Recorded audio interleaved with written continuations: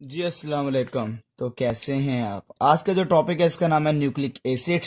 तो nucleic acid क्या होता क्या है, न्यूक्लिक एसिड हम किसको कहते हैं, कहाँ से डिस्कवर हुआ और इसकी कंपोजिशन क्या है, तो सारा का सारा हम इन डिस्कस करेंगे। और ये है एफएससी पार्ट 1 का दूसरे चैप्टर का लास्ट टॉपिक, न्यूक्लिक एसिड। अगर देखें तो जो न्यूक्लिक एसिड है, न्यूक्लिक एसिड इसको डिस्कवर करने वाला जो साइंटिस्ट है उसका नाम है फ्रेडरिक माइसर। जिसने इसको डिस्कवर किया उस साइंटिस्ट का नाम है फ्रेडरिक माइसर। तो फ्रेडरिक माइसर ने इसको डिस्कवर किया। इसने आइसोलेटेड किया, सबसे पहले न्यूक्लिक एसिड को निकाला और दिखाया। इसने आइसोलेटेड किया from nuclei of pus cell.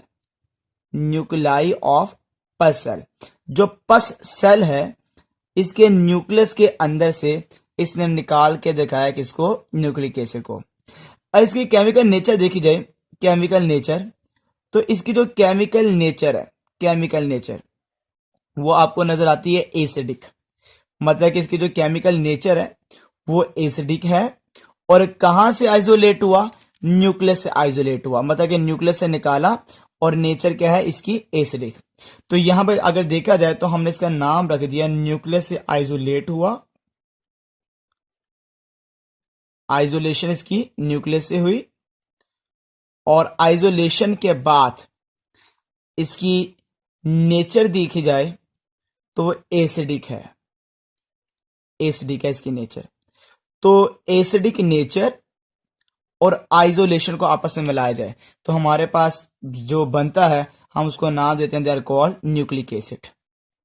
तो न्यूक्लिक एसिड, न्यूक्लिक जो इसका नाम पड़ा वो इसकी आइसोलेशन से है। एसिडिक वो बेसिकली इसका क्यों पड़ा, न्यूक्लिक एसिड जो इसको एसिड कहते हैं वो इसकी नेचर की वजह से कहते हैं। तो इसलिए हम इसको नाम रख दिया, they are called nucleic acid है। अब जो न्यूक्लिक एसिड है बेसिकली अगर देखा जाए ये हमारे सेल्स के अंदर दो तरह का होता है। इसकी दो टाइप्स है।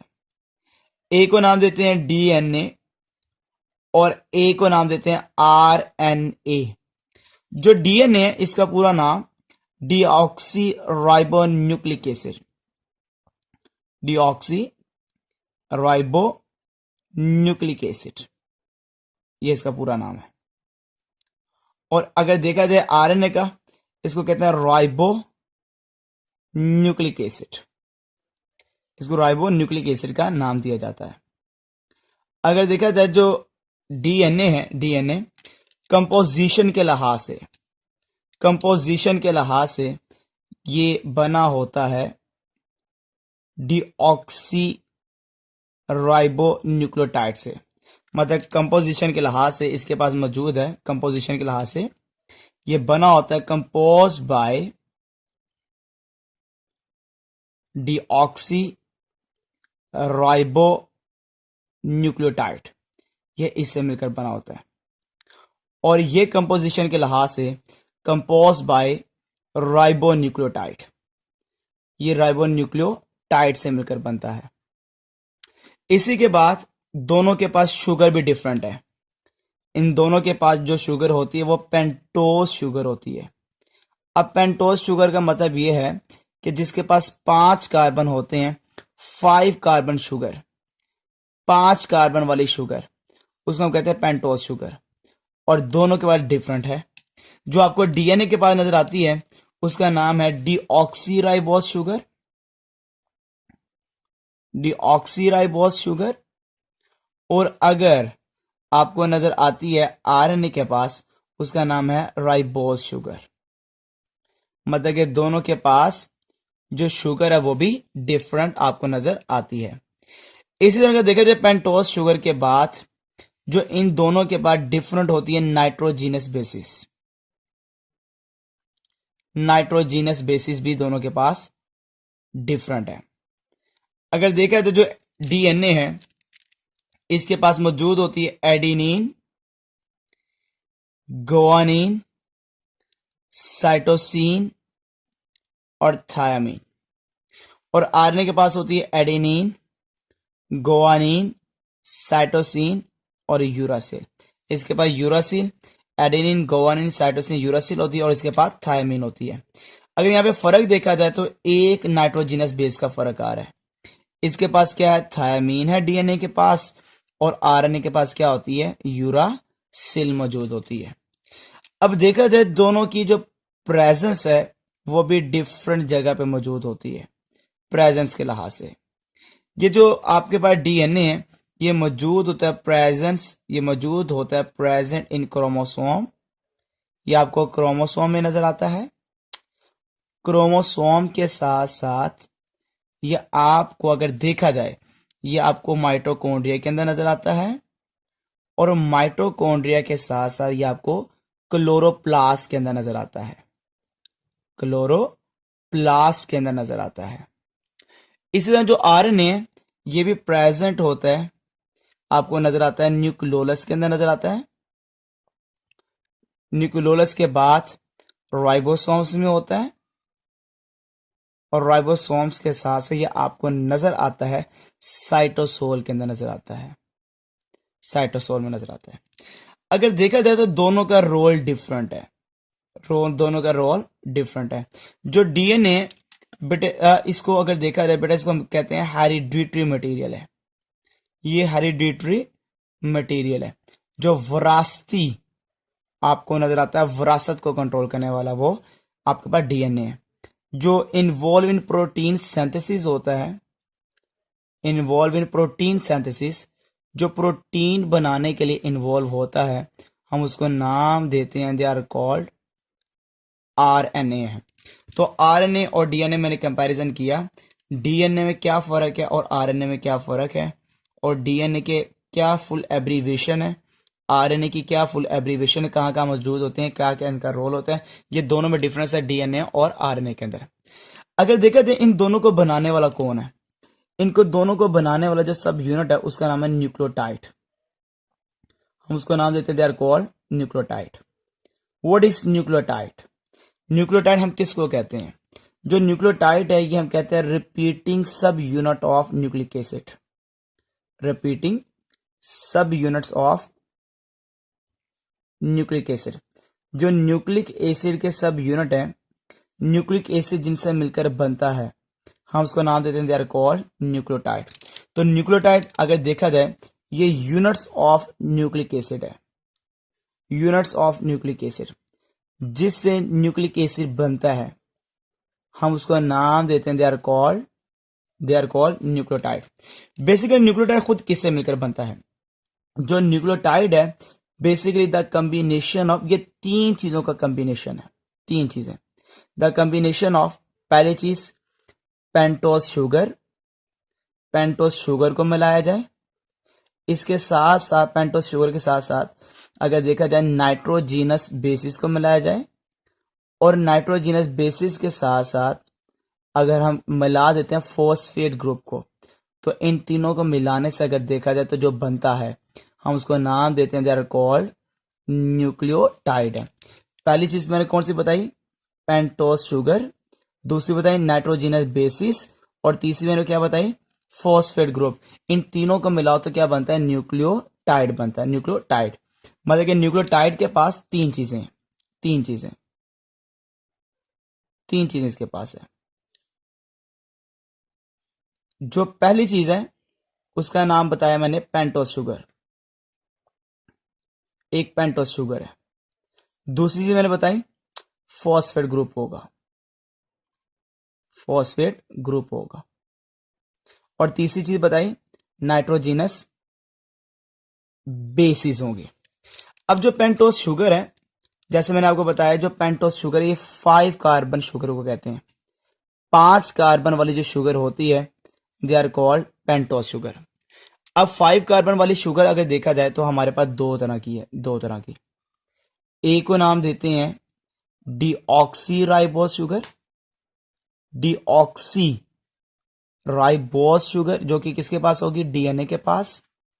और एक हमारे पास होती है जिसका नाम है राइबोस शुगर, एक हमारे पास राइबोस शुगर है। जो डीऑक्सी राइबोस शुगर है वो आपको कुछ इस तरह की नजर आती है, 5 कार्बन वाली। ये ले भाई, ये 5 कार्बन, ये भी ऐसे ही है, सेम टू सेम, कोई फर्क नहीं है, सेम टू सेम। पूरे इसके बॉन्ड करता हूं OH, H, OH H H CH की 2 OH CH की 2 OH OH, यहाँ पे आएगा H, यहाँ पे आएगा OH, यहाँ पे आएगा H, यहाँ पे आएगा H। अब फर्क क्या है, ये जो दूसरा कार्बन है ये जहां मैंने कुछ नहीं लगाया, यहाँ पे ऑक्सीजन नहीं होता है, H होता है। और राइबोस शुगर में यहाँ पे क्या होता है, OH होता है। सारी की सारी सेम है, बस फर्क किसका आ रहा है, ये जो दूसरा कार्बन है इस दूसरे कार्बन सिर्फ H मौजूद है, O नहीं मौजूद। ये जो दूसरा कार्बन है यहाँ पे OH मौजूद है, OH मौजूद है, खाली H नहीं मौजूद। यहां से एक चीज मौजूद नहीं है, उसका नाम ऑक्सीजन। तो इसी का मतलब क्या होता है, डी का मतलब होता है रिमूवल, जिसमें ना मौजूद हो, क्या ना मौजूद हो, ऑक्सी। ऑक्सी का मतलब क्या होता है, ऑक्सीजन। जहां पे ऑक्सीजन नहीं मौजूद होती उसका नाम है डीऑक्सी राइबोस शुगर, और वो किसके पास होती है, डीएनए के पास। तो ये डीएनए के पास होगी। जो फॉस्फेट ग्रुप है वो आपके पास लिखा जाता है H3PO4। अगर मैं इसको ओपन कर दो तो इसको हम ऐसे भी लिख सकते हैं, P एक है तो सेंटर में आ गया, H 3 है, 1 2 3, O कितने 4, 1 2 3 लगा दें, 2 1 रह गया, ये आ गया ऊपर। तो आप क्या देखें, ये H3 है, 1 2 3, P एक आ गया, O कितने 4, 1 2 3 4, ये पूरा हो गया फॉस्फेट ग्रुप। जो नाइट्रोजनस बेसिस हैं ये हमारे पास दो तरह की होती है, दो तरह की। एक जो नाइट्रोजनस बेस का ग्रुप है उसको हम नाम देते हैं प्यूरिन, और एक को नाम देते हैं पायरामिडीन। पायरामिडीन। अब जो प्यूरिन है, प्यूरिन अगर देखा जाए इसकी सबसे बड़ी पहचान ये डबल रिंग होता है। जो प्यूरिन है ये डबल रिंग है। जो पायरामिडीन है ये सिंगल रिंग होता है, एक रिंग रखने वाला। अब डबल रिंग रखने वाली कौन सी नाइट्रोजनस बेस है, एक का नाम है एडेनिन, एक का नाम है गुआनिन। ये दोनों डबल रिंग रखती हैं, तो ये किस ग्रुप में आएगी, प्यूरिन के अंदर। एक होती है साइटोसिन, एक है थायामीन, एक है यूरासिल। इन तीनों के पास सिंगल रिंग होता है, किस ग्रुप में आएंगे, पायरामिडीन के अंदर। मतलब कि दो ग्रुप बना दिए मैंने। एक ग्रुप कौन सा बना दिया जिसका नाम क्या है, पायरामिडीन, जो सिंगल रिंग वाले छोटी होते हैं, वो आपके पास कितने, तीन है, साइटोसिन थायमिन यूरासिल। और डबल रिंग वाले दो हैं, एक का नाम क्या है, एडेनिन गुआनिन। ये दो आपके पास ग्रुप है। अब मैंने यहां पे डेफिनेशन क्या की है, the combination of pentose sugar, nitrogenous base और फॉस्फेट ग्रुप, इन तीनों को मिलाओ तो क्या बन जाता है, जिसका नाम क्या है, न्यूक्लियोटाइड। तीन कौन सी, पेंटोज शुगर, वो भला ये हो भला वो ये हो, दूसरी फॉस्फेट ग्रुप, और तीसरी नाइट्रोजनस बेस, भला वो एडेनिन है, भला वो गुआनिन है, भला वो साइटोसिन है, भला वो थायमिन यूरासिल, कोई भी एक नाइट्रोजनस बेस, एक फॉस्फेट ग्रुप और एक पेंटोज शुगर, इन तीनों को मिलाओ तो क्या बन जाता है, न्यूक्लियोटाइड है। जैसे मिसाल के तौर पर अगर मैं इसकी डायग्राम बना के आपको समझाता हूं, जैसे फॉर एग्जांपल ये आ गया pentose sugar, pentose sugar 5 carbon है, ये पहला, दूसरा, तीसरा, चौथा और ये पांचवा। ठीक है, पहले नंबर पे जो अटैच होता है वो नाइट्रोजनस बेस है। क्या अटैच होता है, नाइट्रोजनस बेस। क्या कितने का कॉम्बिनेशन है, दो का कॉम्बिनेशन है, एक है पेंटोज शुगर और एक है नाइट्रोजनस बेस, दो का कॉम्बिनेशन है। तो दो के कॉम्बिनेशन को क्या कहते हैं, तीन को तो आपने कह दिया न्यूक्लियोटाइड, दो का क्या होगा, उसको हम कहते हैं न्यूक्लियोसाइड। हम उसको नाम देते हैं, दे आर कॉल्ड न्यूक्लियोसाइड। सुनिएगा, अगेन सुनिएगा, अगेन सुनिएगा, दो का जो कॉम्बिनेशन होता है, दो का combination, they are called nucleoside. जो तीन का कॉम्बिनेशन होता है, दे आर कॉल्ड न्यूक्लियोटाइड। अगर मैं कहता हूं फॉर एग्जांपल कॉम्बिनेशन ऑफ, दो चीजें मैंने जोड़ी, क्या क्या चीज, कॉम्बिनेशन ऑफ पेंटोज शुगर, एक मैंने पेंटोज शुगर को जोड़ा, एंड नाइट्रोजनस बेस, और एक मैंने किसको जोड़ा, नाइट्रोजनस बेस को जोड़ा। इन दोनों को जोड़ो तो क्या कहलाता है, दे आर कॉल्ड न्यूक्लियोसाइड। ये न्यूक्लियोसाइड है, न्यूक्लियोटाइड नहीं है। न्यूक्लियोटाइड क्या होता है, न्यूक्लियोटाइड की क्या पहचान है, ये ले भाई, ये आ गया पेंटोज शुगर, और पेंटोज शुगर के साथ साथ कार्बन है, इसके साथ अटैच हो गया जिसका नाम क्या है, नाइट्रोजनस बेस। और जो पांचवा कार्बन है, इस पांचवें कार्बन पे जुड़ता है फॉस्फेट ग्रुप। क्या जुड़ता है, फॉस्फेट ग्रुप। तो आपने यहाँ पे एक तो एमसीक्यू को याद रखना है कि जो फर्स्ट कार्बन होगा, पहला कार्बन, इस पहले कार्बन के साथ अटैच होता है, attach of nitrogenous base. Nitrogenous base अगर देखी जाए, ये पहले कार्बन के साथ अटैच होती है।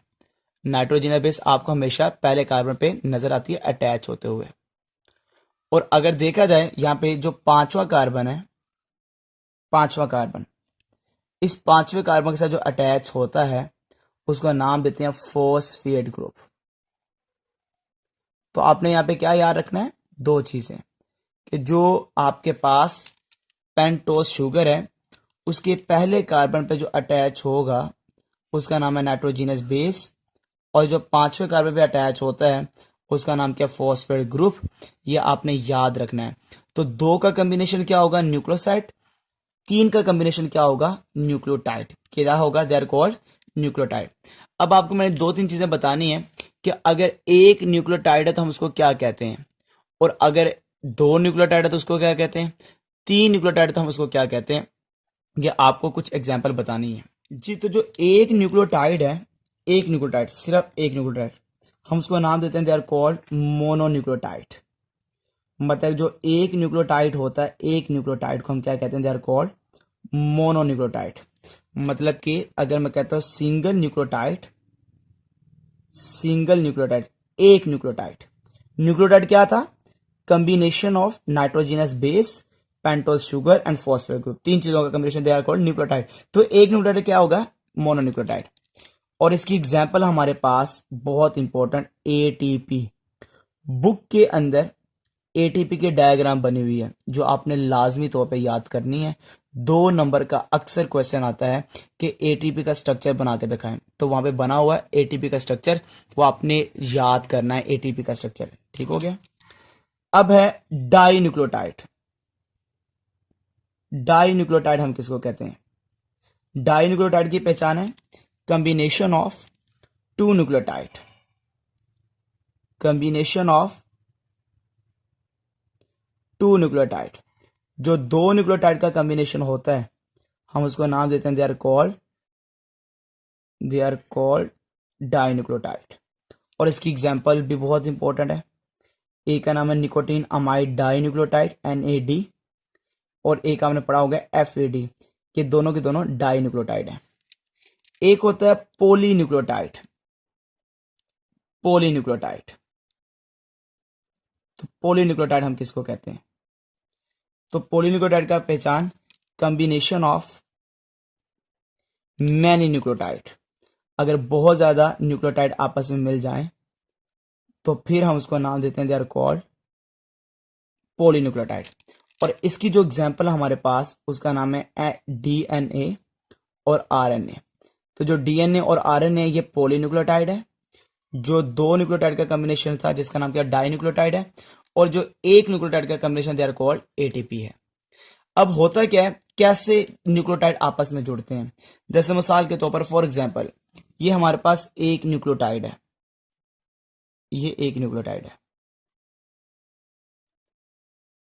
क्या पहचान थी, पहले कार्बन में नाइट्रोजनस बेस होगा और यहां पे पांचवें कार्बन पे क्या जुड़ा होगा, फॉस्फेट ग्रुप जुड़ा होगा।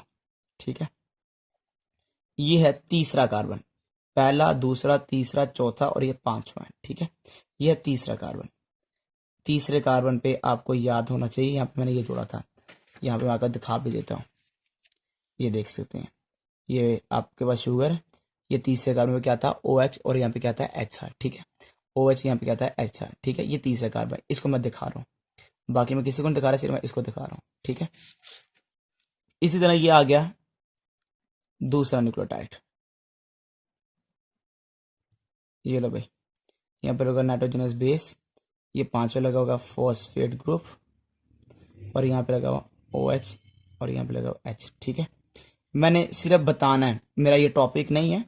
डायग्राम इंशाल्लाह जब मैं आपको सेकेंड डे का लेक्चर पढ़ाऊंगा न्यूक्लिक एसिड, वहां पे इन डिटेल बताऊंगा कैसे बनता है। ठीक है, ये तीसरा कार्बन और ये पांचवें कार्बन का जो फॉस्फेट है इनका आपस में रिएक्शन होता है, और रिएक्शन होने के बाद यहां से पानी रिमूव होता है, इनका आपस में रिएक्शन होता है। ठीक है, तो एक न्यूक्लियोटाइड जो होगा वो क्या देगा OH, दूसरा न्यूक्लियोटाइड क्या देगा H देगा। जब OH एक तरफ से आएगा, H एक तरफ से आएगा, तो क्या चीज रिमूव होगी, वाटर रिमूव होगा, फिर दोनों के दरमियान बॉन्ड बन जाएगा और ऐसे बॉन्ड को नाम देते हैं, they are called phosphodiester bond. Phosphodiester bond का नाम दिया जाता है। मतलब इसकी मैं अगर डेफिनेशन कहता हूं तो इसमें क्या होगा, इन विच वन न्यूक्लियोटाइड, एक जो न्यूक्लियोटाइड होगा, इन विच वन न्यूक्लियोटाइड क्या देगा OH एंड अदर न्यूक्लियोटाइड, और जो दूसरा न्यूक्लियोटाइड होगा वो क्या देगा, गिव्स H, वो क्या देगा हाइड्रोजन। फिर क्या होगा, then remove of water molecule, फिर वाटर मॉलिक्यूल रिमूव होगा, और जब वाटर मॉलिक्यूल रिमूव होगा फिर इनके दरमियान बॉन्ड बनेगा, और वो जो बॉन्ड होगा उस बॉन्ड को नाम देते हैं, they are called phosphodiester bond है, जो इंशाल्लाह सेकेंड ईयर के अंदर जो हमारा चैप्टर होगा क्रोमोसोमल DNA 20वां चैप्टर है, उसमें इन डिटेल इसके बारे में हम डिस्कशन करेंगे।